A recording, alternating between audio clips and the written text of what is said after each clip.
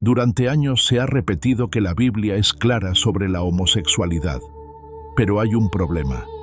Cuando vas al texto original, hay palabras clave que no encajan con lo que se suele decir. Y esto no es un detalle menor, porque una de ellas ni siquiera tiene un significado completamente definido. Y eso significa algo incómodo, que lo que muchos creen seguro puede no venir directamente del texto original. Pero aquí viene el detalle que lo cambia todo. No es solo una palabra. Cuando analizas varias, junto con el contexto en el que fueron escritas, empieza a aparecer un patrón que no encaja con la interpretación más aceptada. Y esto no se suele explicar así. Si has llegado hasta aquí, quédate, porque lo que vas a ver ahora no es una opinión. Es lo que dicen realmente los textos. Vamos con el primer punto, porque aquí empieza el problema real. Hay una palabra en el Nuevo Testamento que aparece en varios pasajes clave, arsenokoitai. Y esto no es un detalle menor, porque esta palabra no aparece en textos anteriores conocidos con un significado claro. No era una palabra común, no era un término que se usara de forma habitual. Y aquí es donde todo deja de encajar. Porque cuando una palabra no tiene un uso previo claro, su significado no es completamente seguro. Y eso significa algo importante, que lo que muchos creen puede no venir del texto original, porque muchas traducciones modernas han decidido traducir arsenokoitai como homosexuales. Pero eso no es una traducción literal, es una interpretación. Y aquí está la clave. La palabra está formada por dos términos griegos, arsen, que significa varón, y koitai, que se refiere al hecho. Pero aquí viene el problema. Que una palabra esté formada por dos partes no significa que su significado sea la suma directa de ambas. Y en este caso, no hay consenso claro. Algunos expertos la interpretan de una forma, otros de otra completamente distinta. Y eso rompe completamente la idea más aceptada, porque ya no estamos ante un término claro. Estamos ante una palabra ambigua, y aquí es donde todo se complica de verdad. Porque cuando una palabra ambigua se traduce, alguien tiene que decidir qué significa, y esa decisión no es neutra, es una interpretación, y eso significa algo aún más importante, que puede que llevemos años leyendo una interpretación, y no el significado original del texto. Ahora, si lo anterior ya generaba dudas, lo que viene ahora lo refuerza aún más, porque en los mismos pasajes donde aparece arsenokoitai, aparece otra palabra clave, malakoi, y aquí es donde todo deja de encajar, porque a diferencia de la anterior, esta sí tiene un significado claro en griego antiguo. Literalmente significa blandos o suaves. Se utilizaba para describir algo débil o a alguien sin firmeza o autocontrol. Pero aquí viene el detalle que lo cambia todo. En su uso original, esta palabra no describe directamente una orientación sexual, y eso rompe completamente la idea más aceptada. Porque en muchas traducciones modernas, malakoi aparece junto a arsenokoitai, como si ambas palabras estuvieran hablando de lo mismo. Pero no es así. Son dos términos distintos, con significados distintos. Y aquí es donde empieza el problema real. Porque cuando dos palabras diferentes se traducen como si fueran una sola idea, no estás simplificando. Estás cambiando el sentido del texto. Y esto no se suele explicar así. En otros contextos históricos, malakoi se utilizaba para criticar a personas consideradas débiles, indulgentes o poco disciplinadas. No necesariamente para hablar de relaciones entre personas del mismo sexo, y eso cambia completamente la lectura, porque no encaja con la idea moderna que se suele aplicar. Estamos usando una categoría actual para interpretar una palabra antigua que no fue escrita con esa intención. Y eso crea una ilusión.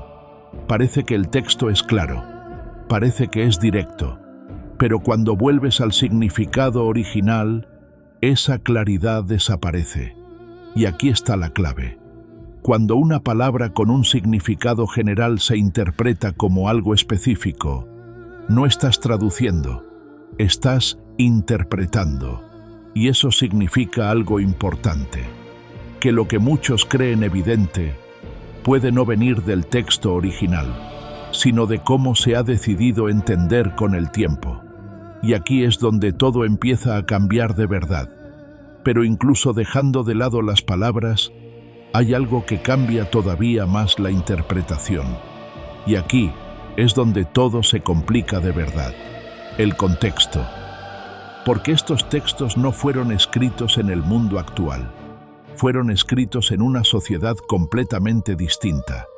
Y esto es clave, porque cuando estos textos mencionan ciertos comportamientos, no siempre están hablando de lo que creemos que están hablando. Y aquí es donde empieza el problema real.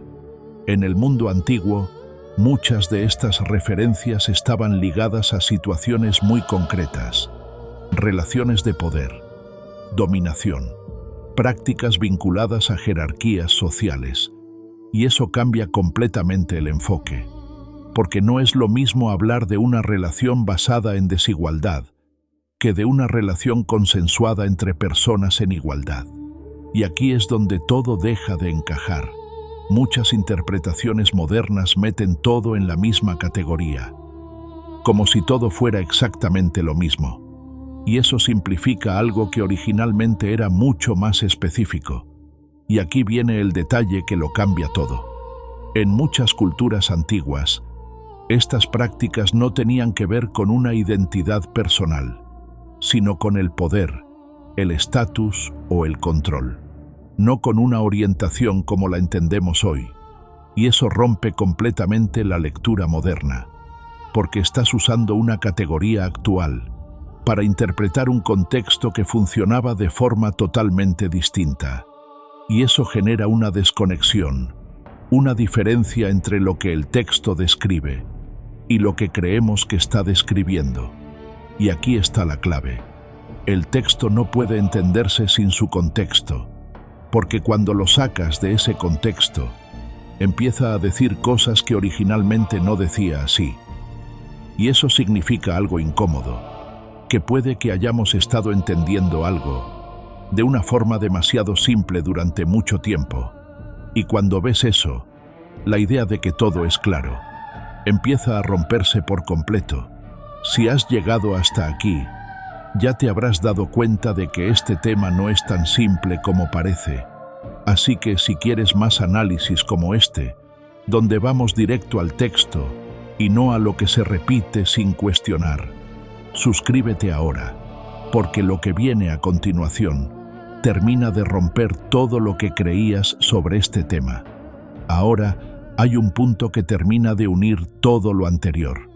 Y aquí es donde todo deja de encajar de verdad. Las traducciones. Porque una cosa es lo que dicen las palabras originales, y otra muy distinta es cómo se han traducido con el paso del tiempo. Y esto no es un detalle menor. Las traducciones no son neutras. Cada traducción implica una decisión, elegir una palabra, elegir un significado, interpretar algo que, en muchos casos, no es completamente claro. Y eso cambia todo, porque esas decisiones acaban definiendo lo que millones de personas entienden hoy. Y aquí viene el problema real. En muchas versiones modernas de la Biblia, palabras como arsenokoitai o malakoi aparecen traducidas con términos mucho más directos, términos que encajan perfectamente con categorías actuales. Pero esto no siempre fue así, y esto casi nadie lo menciona. Durante siglos, esas mismas palabras se tradujeron de formas mucho más generales, relacionadas con comportamientos, excesos o conductas consideradas inapropiadas en ese contexto. no con una categoría concreta como la entendemos hoy. Y eso rompe completamente la idea más aceptada, porque demuestra algo importante. La interpretación no ha sido siempre la misma, ha ido cambiando. Y cuando algo cambia con el tiempo, es porque no era tan evidente como parece ahora. Y aquí viene el detalle que lo complica aún más. Muchas traducciones modernas no solo traducen, también adaptan. Intentan encajar el texto en conceptos que tienen sentido hoy, pero que no existían de la misma forma en el mundo antiguo, y eso crea una ilusión de claridad. Parece que el texto siempre ha sido directo, parece que siempre ha dicho lo mismo.